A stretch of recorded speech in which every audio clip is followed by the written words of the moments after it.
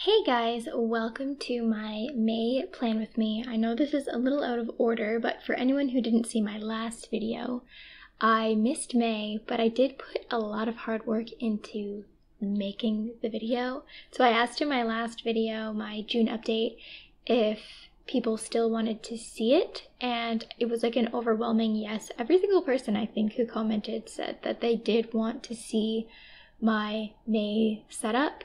And honestly, this is like a perfect time to kind of introduce this topic, but you don't have to take inspiration from the month that you're in of somebody else's idea in order to use it. So for instance, for May, I decided to go with a forget-me-not theme, and I just think they're so pretty. I happened to notice they were starting to bloom back just before I started my May spread, and I really love teacups. I have a couple of like really old teacups that I just think are adorable, and an old teapot, and I just kind of love the look of teacups.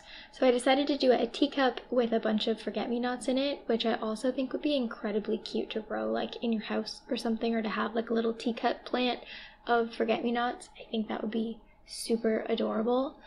So it actually took me a while to draw all this out. I tend to sketch everything out in pencil before I film it.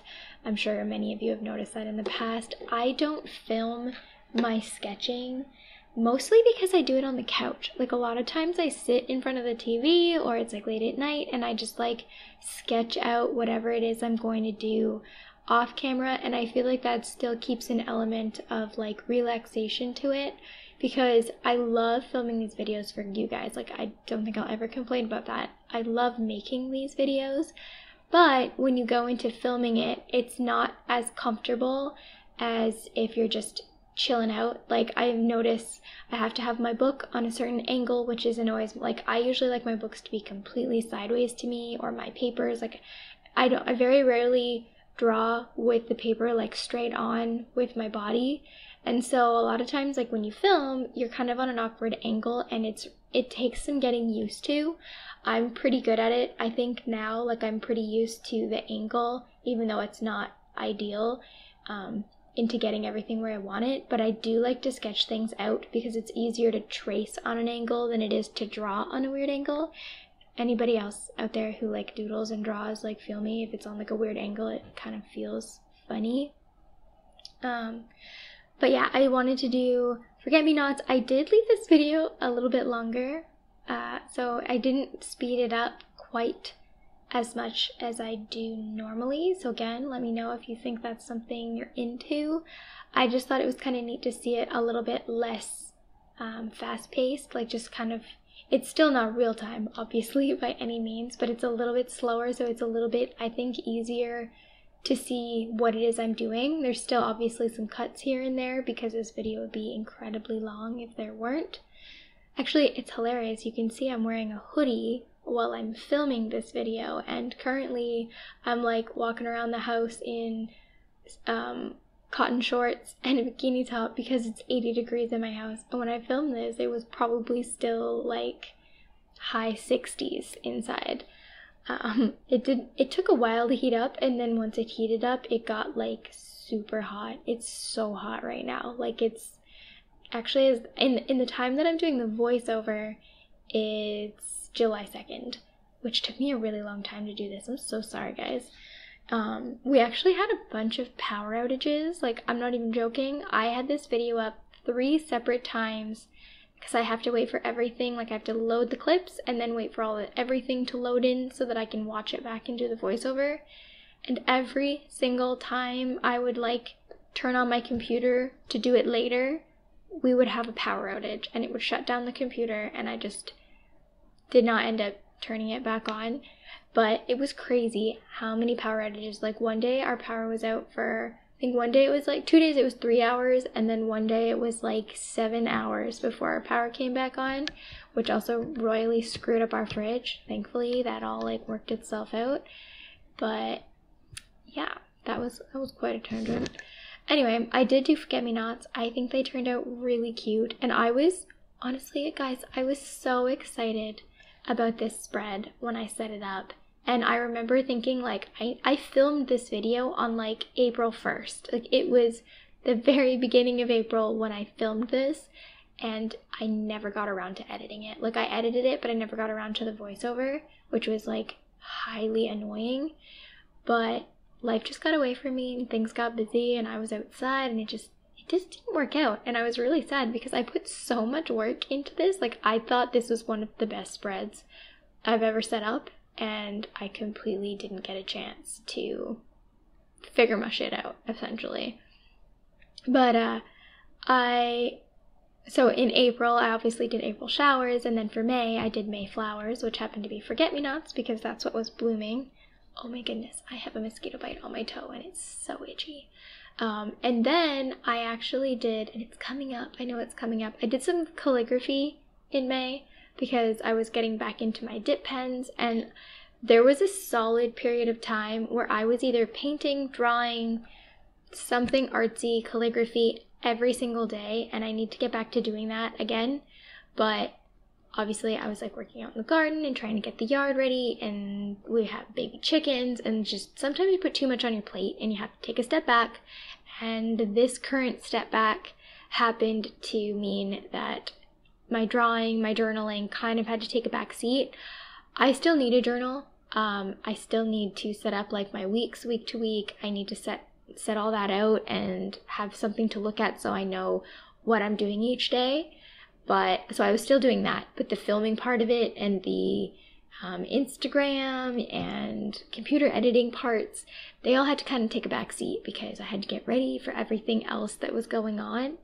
And now July's rolling around, the gardens are growing, all I have to do is weed, which I suck at. And everything's going along fine. It's just more now waiting for the fruit to come. Like, I'm just waiting. I'm excited to eat a whole crap ton of garden tomatoes because they're so good. Something stole all of my strawberries. I think that was the chipmunks, but the entire strawberry patch that we had, we ate 5 strawberries out of because something was decapitating them before they, like, while they were still green, they were being decapitated and gone. Yeah, I was like the bane of my existence, and I tried like cayenne pepper and paprika, or not paprika, cayenne pepper, chili flakes, like different things like that, and it just, I couldn't figure it out.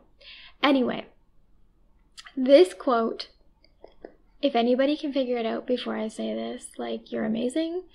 But when I was a kid, Thumbelina was literally my favorite movie. Honestly, I still love Thumbelina. It will always hold a special place in my heart, and I actually left some parts of this real time so that you can see how slow I actually go when I'm writing calligraphy, because when you speed it up it looks like, oh my goodness, how did they do that so fast? And the answer is they don't, or at least I don't know anybody who can go that quickly.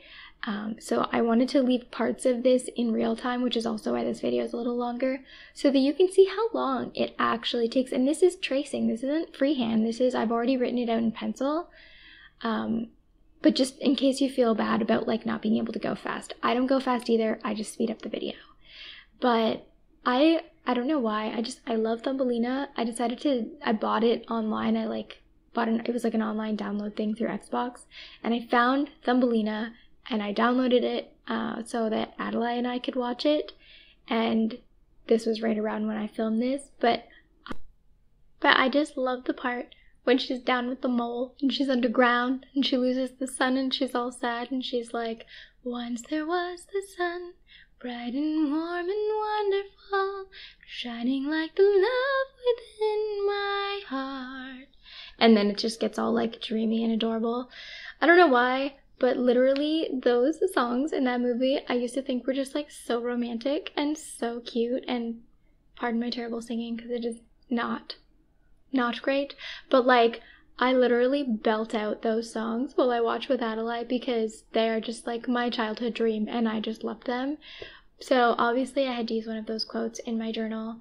One thing I have noticed, and I think it's probably just the particular ink that I have, I think it's like a Winsor & Newton India ink, but I noticed that if I don't spray it with hairspray, it does transfer onto the other pages as I'm writing through my journal, so I do always cover them with a little layer of hairspray. after they're dry. Obviously, wait till they're dry, and that just keeps everything from shifting around and transferring from page to page. But don't do that until you're done writing, because the microns do not like, at least I found they didn't really like hairspray. I think this time I might have used like a clear spray paint, like a matte finish one. That may have been why the microns didn't want to stick, but I know that they had a hard time sticking to the paper after I did that, so just be careful, because I totally forgot. I have recently gone back to like a full page spread for a calendar. I'm sure I'll go back to the list at some point because it's who I am as a person. Like I always change things up. You guys know I'll go through like weeks and weeks and weeks of the same weekly layout or the same monthly layout, and then after a while it just doesn't work, or it's not as appealing, or it's harder to stick to it, or something. Like I just like don't enjoy looking at it anymore, and I'll switch it up. And lately I've been going back to the regular calendar because I just like seeing it nice and big on the page. Honestly, I like them both. I can't say one is better than the other, but I like change when it's things like this. I don't like changes that are out of my control so much, but I like change when it's my idea. Does that make sense? Does anybody feel me? But I decided to go back to the full page spread. I just thought it was appealing, and we're in July now, and I'm actually voiceovering this so it can render while I get the other one ready for you guys, because I do have a July one coming. I just have to finish it. But even July I have set up as the full month spread again, and I'm assuming August probably will be too. I just feel like it's kind of, I don't know, I like the summertime because my journaling is way more relaxed. Like my week to week can change. The days don't really matter where you put them.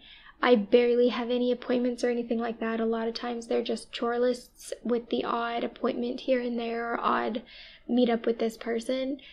Honestly, for July, I don't even have a tracker. Like, spoiler alert, I have not been keeping up with my habit trackers pretty much all of June. Like, I caught up with May. I think I started falling off the bandwagon at the end of May when I got busy. But then June, I think I filled out maybe a week, and it's like sporadic at best. And I just realized it wasn't really working for me, and it wasn't really pushing me to be better because I've been failing for so many weeks. So I decided to take a break. Sometimes with trackers, you just take a break. Sometimes they're not helpful anymore. Sometimes you just need to like go with the flow and not have everything set in stone. And that's what I've done. I can always add them in week to week if I want to, but I've definitely kind of taken a step back. Instead of a tracker, I did a packing list for July, and then I don't know what I'll do in August. Like, I don't know if I'll do one or not, because a lot, like, you got vacation and outdoors and nothing's really scheduled, and everything is kind of play it by ear, and I just am not into the trackers right now. To be completely honest, I just needed a little break. I've found that this tiny brush is really great in the journal because it doesn't hold a lot of water. I found with my bigger brush, because you guys have seen it before, I've used like bigger paintbrushes, but they hold so much water they make your pages ripple. This way you can still kind of get a watercolor effect without worrying about wrinkling your pages too much, which honestly I don't care all the time. I go through phases where sometimes I'm like, ooh, I don't want to do that, and other times I'm like, I don't care. If it's a big painting, there's really nothing you can do about it, but with little accents like these, I just thought it would look cute to watercolor, and I think I might have actually used markers to watercolor those. I don't know if I used actual paint. A lot of times I'll use my Erin Condren ruler, and I'll put marker on it, and then use a watercolor, like water and a little paintbrush to add in the color, which I may have done here. Honestly, I can't remember because it's been so long, but I think that's what I did. I think I used markers to do the watercolor, and I loved how May turned out. I managed to keep with the theme, I think, through pretty much the entire month, except for maybe Mother's Day or something. I can't remember, but I think I stuck with it pretty much the whole month because I just figured it would be easy. Same with June. I did the same theme for the whole month. But anyway, I'm gonna let you guys go now. Comment below if you like the video, if you think forget-me-nots are awesome, because I do. Don't forget to comment, like, and subscribe, and I will talk to you all soon. Thanks so much for watching. Bye.